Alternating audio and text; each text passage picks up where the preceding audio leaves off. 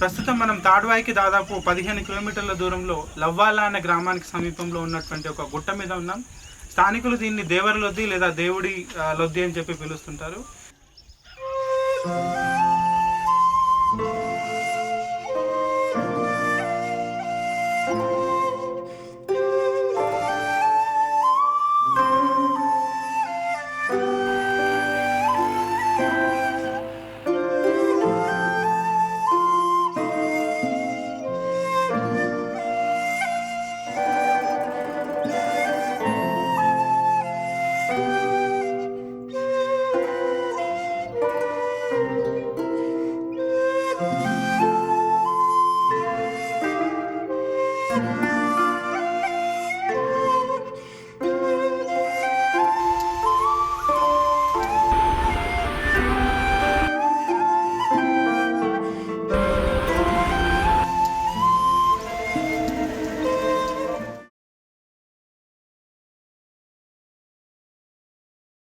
గోదావరి నది పరివాహక ప్రాంతం ఆదిమానవులకి ఆనవాళ్ళకి నెలవుగా ఉందని చరిత్ర చెప్తోంది.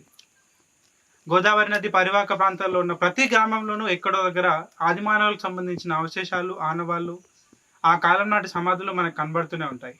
ఉదాహరణకు దామర్వాయి, గంగారం, కాంచనపల్లి, గలబ, కామారం, రామారం, నరసాపురం, లవ్వాల ఇలా ఎన్నో ఊర్లలో దాదాపు క్రీస్తుపూర్వం 6000 నుంచి 8000 సంవత్సరాల మధ్య కాలం నాటి ఆదిమానవుల ఆనవాళ్ళు, అవశేషాలు, సమాధులు కొన్ని వేల సంఖ్యలో ఉన్నాయి.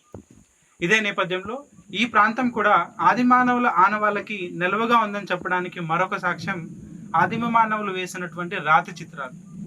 ఆ రాతి చిత్రాలు ఉన్నటువంటి ప్రాంతంలో మనం ఉన్నాం. ఇక్కడ మనకి ఆదిమానవుల కాలం నాటికి సంబంధించిన అనేక రాతి చిత్రాలు ఉన్నాయి.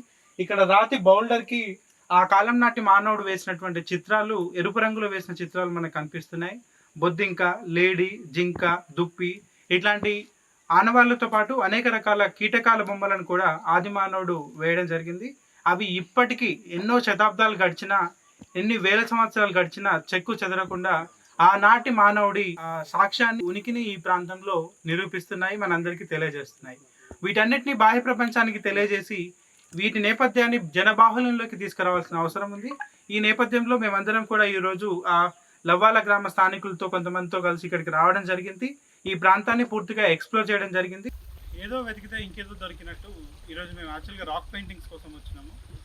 రాక్ పెయింటింగ్స్ చూడడంతో పాటు అనుకోకుండా మాకు వచ్చే దారిలో తిరిగి వచ్చే క్రమంలో ఒక అద్భుతమైనటువంటి వాటర్ ఫాల్ని కూడా చూడడం జరిగింది.